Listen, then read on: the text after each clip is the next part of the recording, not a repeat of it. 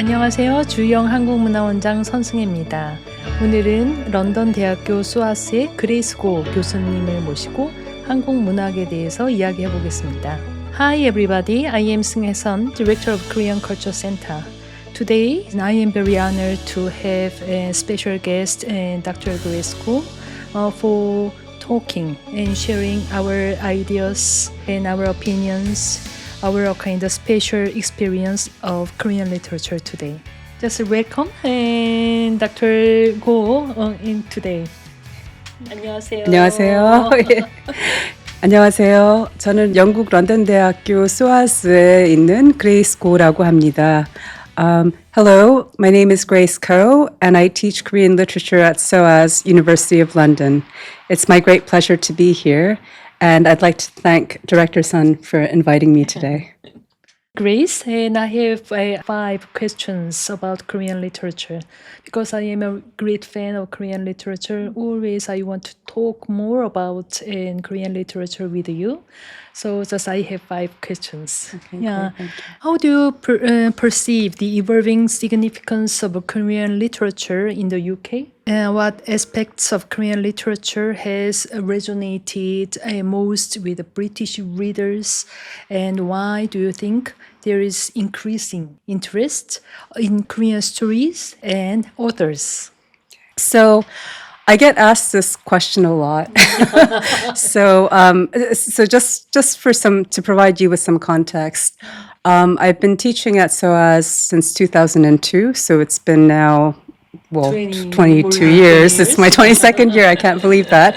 And of course, back when I first started, first of all, we didn't have very many students who were studying Korean as part of their degree. We were always a smaller East Asian language degree compared to Chinese or Japanese. And back then, Korea was very, not very well known, I think. At that time, maybe because of North Korea, there was lots of interest in North Korea. But this was just at the beginning of the Korean wave when Korean films were starting to become more visible, especially with the likes of director Park Chan-wook's Old Boy, and some of the films that really made it into the market, still through like a niche kind of audience. And in terms of literature, and I'll be talking about that later. It's partly due to the nature of the medium, the primary medium of literature as well, and translation and the time it takes, etc. Anyway, I've seen over the past 20 years, I've seen a huge change in terms of just growing interest in Korean culture. Now, over the past 20 years, the number of students studying Korean at university as part of their undergraduate degree has increased substantially. I think a couple years ago, we even had maybe like 2 or 3 more students who came in to study Korean than Japanese. That was a big coup at the time. So there have been lots of developments and lots of interests. And during this time, of course, whenever there have been occasions to discuss Korean literature in the UK at various contexts, this particular question gets asked. I've gotten this question, and it's not a straightforward. It's not a question that I can answer in straightforward terms. I think people would like kind of a simple answer, and I can probably think of one, but I don't like to. So, to be honest with you, this is a question that I sometimes hesitate in answering, not because there isn't an answer as such, but because the question of significance relies on the question of relevance or relatability. And it doesn't just apply to Korean literature in the UK. I'm talking about the medium of literature. I'm talking about Korean culture within the UK market, but it could apply to any sort of form of cultural forms when they travel abroad. Why does it become popular? What does it mean to the local audience, the audiences in that country? What is its significance? So I think it's a question that I've kind of tried to grapple with and to try and articulate in clearer terms, because it's one, I think the broader questions about what makes good literature is one that interests me personally. And it's one that I'm still trying to attempt to answer in a clear and articulate manner. But I think first and foremost, and based on my experience of seeing, a time when people hardly knew anything about Korea in this country, unlike in other countries where there are more histories of diaspora communities. In the UK, the Korean diaspora community didn't develop or didn't grow until quite relatively recently. But I think it's, first of all, if we consider the kind of form or the medium of literature, specifically fiction in this case, because it also varies, in terms of fiction, what do people look for? Well, they look to be entertained first and foremost. Storytelling is very important, right? So storytelling is an important factor. And then the second question is the how. So it has to be a compelling narrative. So it has to do with, and I know you're interested in this field, the literary aesthetics. It has to do with the aesthetics. So what makes a good story? What kind of captivates its readers? So it has to do with the literary style and aesthetics, in addition to the content. And I think, and as a result, some of the things, of course, that we benefit as readers, by reading world literature, foreign literature, is we encounter new cultures, we encounter new realities, new worlds. We're moved by it. Like Lee Kwang-soo said in the early 20th century, literature is all about tong. It's about emotions. It shapes our sensibilities. It shapes our sense of empathy, understanding. So this is quite universal. But I think when it comes to that question of what is the significance of Korean literature in the United Kingdom, for example, or anywhere else for that matter, I think the first thing that I, as a Korean, of course, yes, of course, everyone has to read Korean literature. It's fascinating. It's interesting. I care because I'm a so-called local reader, like you and I, because we have a shared kind of socio-political history, and we have shared cultural traditions, heritage, and literature expresses all that, and there are different trends and developments. And in the case of Korean literature, there are different stages, throughout history. But let's say in the 20th century, there were certain trends coming out of the socio-political realities. But those were the things that really spoke more to Koreans, right? It had more to do with some of the social struggles, or, given Korea's history, many Koreans like to describe it as, and it's true, kind of a traumatic history of the 20th century, with basically a shift, like a new world order, Japanese, the rise of Japanese imperialism and colonization, and then shortly thereafter, of course, division on the Korean Peninsula, followed by the Korean Civil War. And all that against the backdrop of globalization and the like. So I think even if we haven't necessarily lived through these particular historical periods of time, as I say, it usually takes at least 3 generations to overcome some of the historical traumas. So we share that sense, how these kinds of historical traumas, if you will, have affected the daily lives of people and families and communities, and kind of filtering through the generations.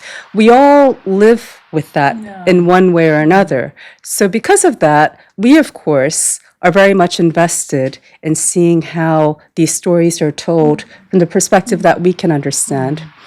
But then when it comes to readers abroad, they're not necessarily going to be invested in the same way that Koreans may not be necessarily interested in reading about, English literature even, right? Aside from the fact that it is probably taught at school.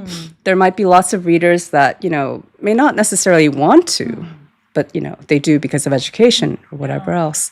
So I think for a while, because of the kinds of literary works that were coming out of Korea, which were much more socially engaged, and because it was a constant fight, struggle, it was what literature did, and it was how it was meaningful for the local readership, so to speak. That was not necessarily relevant for, let's say, British readers, right?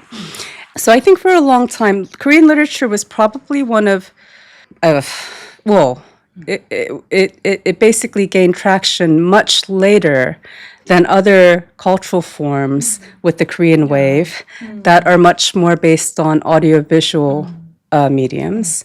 Because with those, even with films and television, you have to subtitle, you have to translate, but they take a lot less time to do it, and you have the visual element. So audiences who don't know Korean can still watch, participate, hear. Whereas with literature, the medium of literature is language. So the only way that we're going to be able to share that with a global audience or UK audience in this case specifically is to translate it into English, and that takes a lot longer, and it has a lot of other skills. And I won't go into translation because I know that's one of the questions later on. So I think it was one of the last kind of cultural forms to gain traction, and I still remember around 2014, when South Korea was invited as the market-focused country for the London Book Fair in 2014. And I see that period being very pivotal for Korean literature in the UK, because I think it was a very successful event.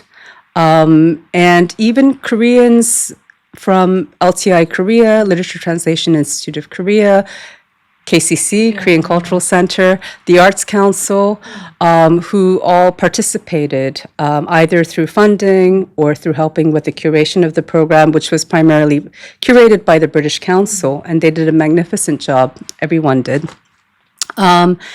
I remember speaking with, I can't remember which director it was. I think it was from the LTI Korea, not director Kim Sung-gun, who also played a very important role, I think.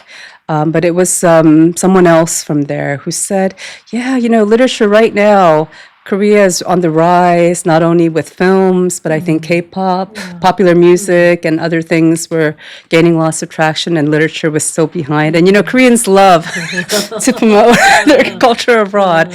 They're saying, we feel this is the last sort of area, but obviously it's going to take a while, and it's hard. Everyone talked about how difficult the English language market was to break. And there are lots of people, English people, who would say, yes, and the problem is that UK audiences don't read as much world literature. I personally disagree with that, because I think there is, in the UK, kind of dedicated groups of readers who are very interested in world literature and translation.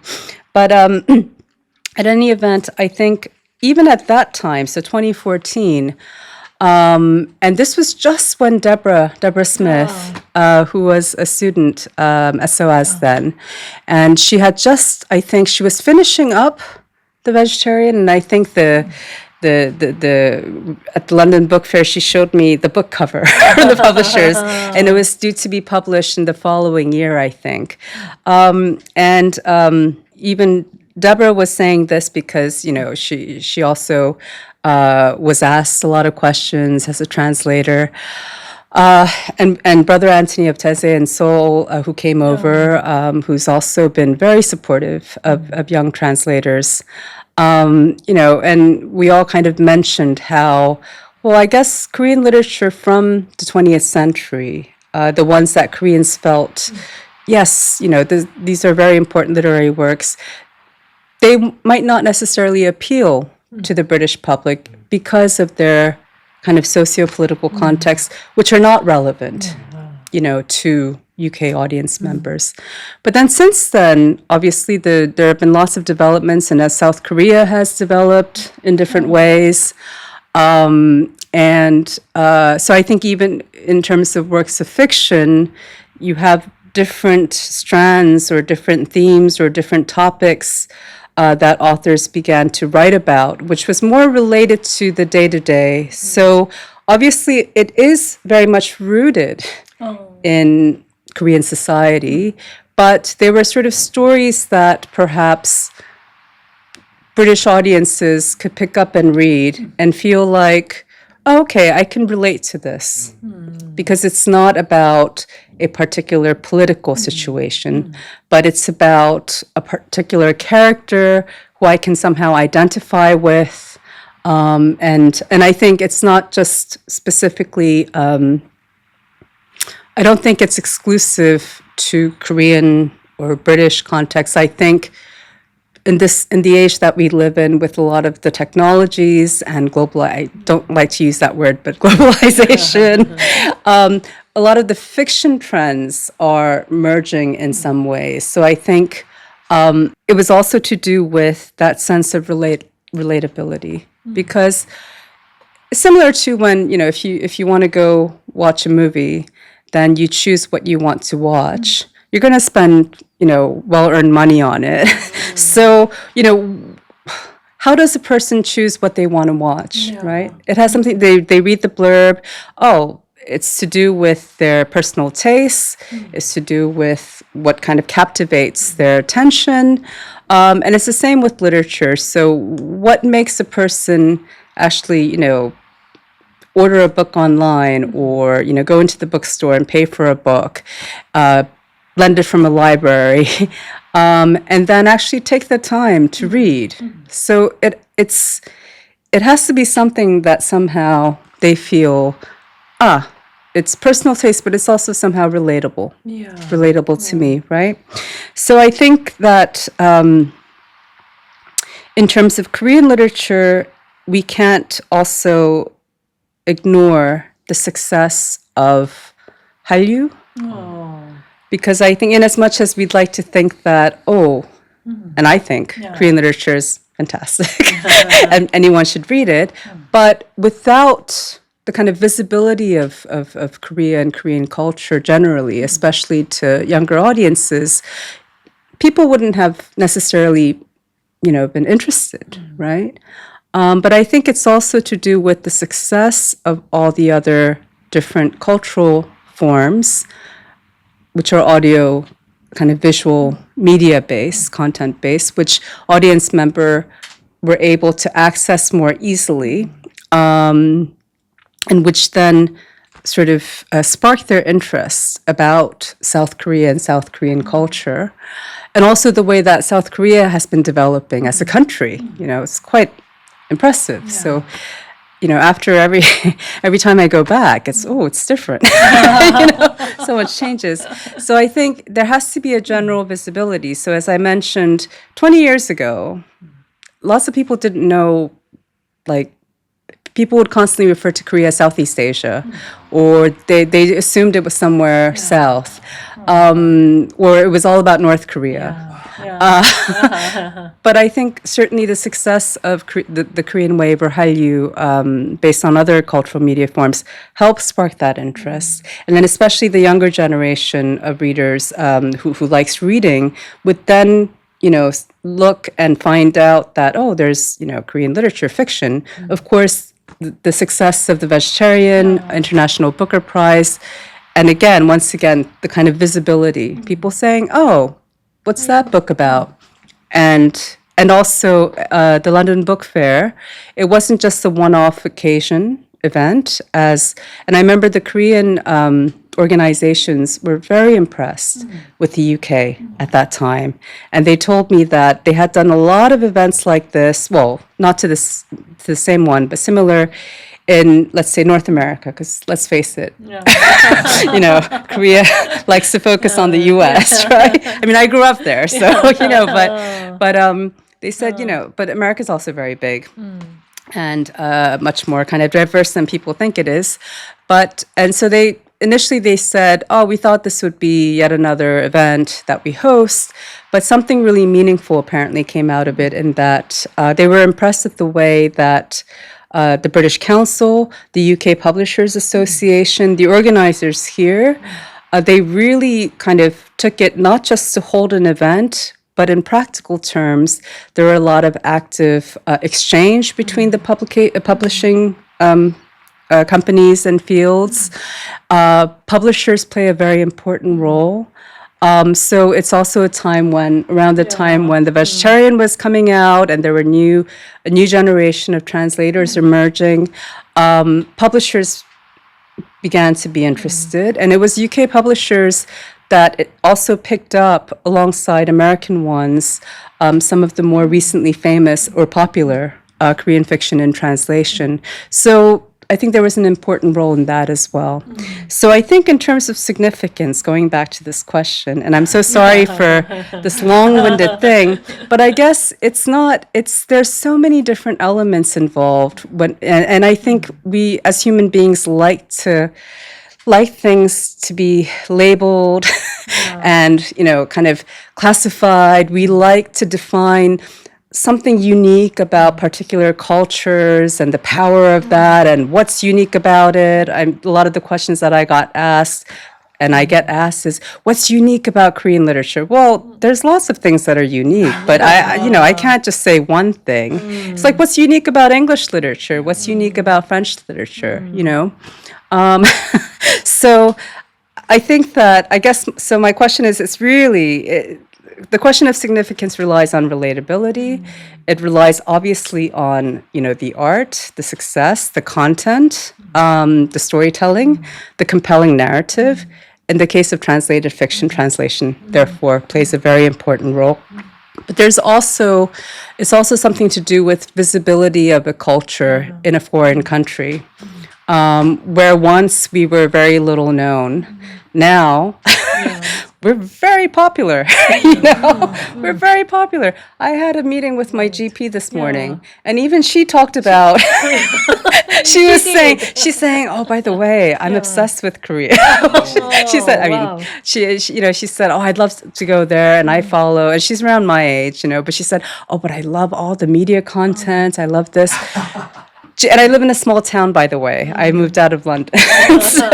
So I think also that kind of visibility as what Koreans call 국력, kind of the rise of I shouldn't say this in English, but yes, the kind of the way that South Korea has transformed in various different ways. I think all of this we can't sort of ignore, and that has given some levels of significance, to Korean literature for its readers. But as for the individual readers, I'm sure if you ask each and one of them, there will be diverse answers of what they of how what they think was meaningful of a particular Korean literature work from the perspective of a British reader, and there will be many, many different responses to that. It is from my really just I am quite excited to talk about the literature, Korean literature here in London, because I am a kind of literature fan. Yes, I love first just my experience. I love to read poems. Yeah, but it is when anyone ask me what is the kind of my recommendation of Korean novel. It was quite difficult because maybe Nine Dreams and Gumo. Yes. Yeah, it is a kind 20 years ago when I start to introduce in Korean culture to a kind of to USA and Europe. But recently, when I arrived here as the director, I am quite surprised. Everybody talks what they read, but it is really the book published quite recently. It means not a kind of traditional one. That is the kind of right now the vegetarians like. Sometimes I want to die, but I want to have tteokbokki. Yes, that's right. Yes, I saw. Sometimes very kind of this in award-winning novel, but sometimes very popular book. Yes. But the very obvious thing is the novels I read and the kind of British audience read the same book. Yeah, it is quite impressive moment. I remember in a kind of London book fair, I heard about the story after the kind of Frankfurt book fair and the London book fair was quite successful. Yeah, but always it is quite difficult and what is the literature itself. But we can talk about what is our each people's what is my experience in reading in books. Yeah, Absolutely. Yeah, Yes. so- Yes. And you just mentioned now how some people would ask you, oh, what would you recommend, right? I get asked that a lot, and I don't tell them. I say, well, what do you like? Because there's so many that we can recommend. I have my personal favorites, but I don't necessarily like to share or impose because unless if I know them, unless if I know the person very well. But I get asked that a lot by prospective students, for example, and I just tell them, what do you like? What kind of books do you like? Then I can, tell you. There's so many. And then the obvious thing is the visibility of a Korean culture is quite. It is sometimes I'm very surprised the visibility of Korean culture. When I was in Korea, I was not experienced like this way. But when I am in London now, just maybe it is just every day I am quite impressed and surprised by the visibility of Korean culture because I look like Korean when I use my Korean language, and people and here in UK says, "Oh, you are Korean," and then they say I watched some dramas and some films, but now and the people talk about the books. Yeah, it is the quite the last one to because the literature needs translation. Yeah, it is not easy. But now, today is like a dream because we can talk about Korean literature. Yes. Yeah. Yes.